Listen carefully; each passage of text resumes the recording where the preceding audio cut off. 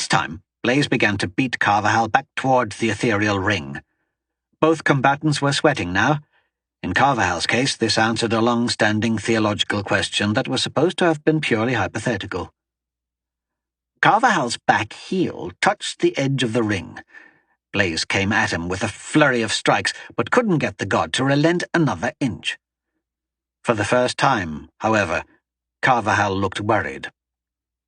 Blaze rocked back, as if about to disengage, then lunged, correctly anticipating that Carvajal would attempt to slide to the left. Blaze grinned and launched the attack that would bounce Carvajal from the ring. It missed. Dante didn't see how it happened, but he heard the metal scrape, indicating Carvajal had somehow guided the jab past him. Carvajal's parry turned into a thrust. His sword took Blaze in his extended forearm, only stopping once it hit bone. Blaze's face went white like sickly ether. Looking deadly serious, Carvajal slid his blade free and whipped it toward Blaze's neck, seeking the mortal pose. Blaze bent backward, cat-like, and tossed his sword from his wounded arm, catching it in mid-air with his left hand. Carvajal was already coming at him with another strike, but Blaze turned it aside and skipped backward. They both huffed for air. Carvajal eyed the blood flowing from the deep gash on Blaze's arm. "Want to yield?" "Because you cut my arm? That's why you gods gave us two of them." Carvajal smirked and crossed the ring to re-engage, pressing Blaze mercilessly.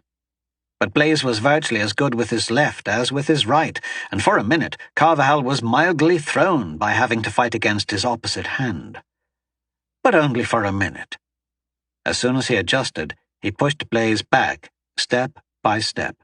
Blaze was able to keep himself away from the very edge of the ring, but his face was a tight mask, and he was both bleeding and sweating freely.